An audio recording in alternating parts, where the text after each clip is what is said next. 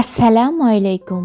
Mimi's কিচেনে আপনাদেরকে আরও একবার স্বাগত জানাই। আশা করছি সবাই ভালো আছেন। আজকে চলুন ঝটপট একটা বিকালের নাস্তা বানাই। যে উপকরণগুলো আমাদের কিচেনে সবসময়ই থাকে, একদম ঝামেলাবিহীন আর খুব কম সময়ের মধ্যেই কিন্তু এই নাস্তাটি তৈরি করে নিতে পারবেন। তাহলে চলুন কথা না বাড়িয়ে রেসিপিতে চলে যাই। নাস্তাটা তৈরি করার জন্য এখানে আমি মাঝারি সাইজে 4টা পেঁয়াজ কুচি করে নিয়েছি।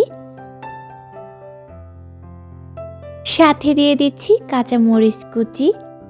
আপনারা আপনাদের টেস্ট অনুযায়ী ঝালটা বাড়িয়ে কমিয়ে নিতে পারেন।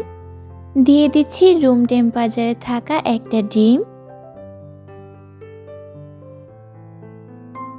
দিয়ে দিচ্ছি 1/4 চামচের মতো মরিচের গুঁড়া। দিয়ে দিব হলুদের গুঁড়াও 1/4 চামচের মতো। ধনিয়ার গুঁড়া দিয়ে দিচ্ছি 1/2 চা চামচ। সাথে দিয়ে দিব স্বাদটা বাড়ানোর জন্য টেস্টি সল্ট। আপনারা চাইলে কিন্তু এটা স্কিপও করতে পারেন, কিন্তু এটা দিলে টেস্টটা একটু ভালো আসে। সাথে দিয়ে দিচ্ছি স্বাদ মতো লবণ।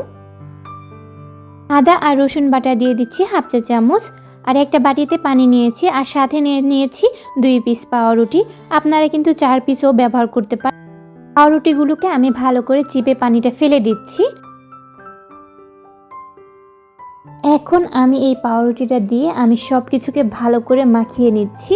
মাখানোর কাজটা কিন্তু একটু সময় নিয়ে করে নেবেন। এখন এগুলোকে আমি ভেজে নেব। আমি এরকম করে পাতলা পাতলা করে ভেজে নিচ্ছি। চুলায় একটা প্যান বসিয়ে দিয়েছি, এখানে পর্যাপ্ত পরিমাণ তেল দিয়ে দিচ্ছি। তেলটা যখন গরম হয়ে এসেছে তখন এর মধ্যে আমি সেই নাস্তাগুলো দিয়ে দিচ্ছি। আর এই নাস্তাটা খেতে এতটা মজা, সেটা আপনারা বাসায় ট্রাই না করলে বুঝতেই পারবেন না। আমরা কিন্তু অনেকেই আছি হঠাৎ করে ক্ষুধা লেগে যায় বা বাচ্চারা বায়না করে, তখন কিন্তু খুব ঝটপট মাত্র 5 মিনিটেই আপনি এই নাস্তাটা তৈরি করে নিতে পারবেন। একটা পার্ট যখন হয়ে এসেছে তখন এগুলোকে আমি উল্টে দিচ্ছি, আর উল্টে পাল্টে মাঝারি আছে এগুলোকে আমি ভেজে নেব। আর যারা এখনও আমার চ্যানেলটাকে সাবস্ক্রাইব করেনি তারা প্লিজ আমার চ্যানেলটাকে সাবস্ক্রাইব করে পাশে থাকা বেল বাটনটি অন করে রাখতে পারেন। এতে করে সবার আগেই নোটিফিকেশন চলে যাবে। আর সহজ সহজ রেসিপি দেখতে হলে প্লিজ চ্যানেলের সাথেই থাকবেন।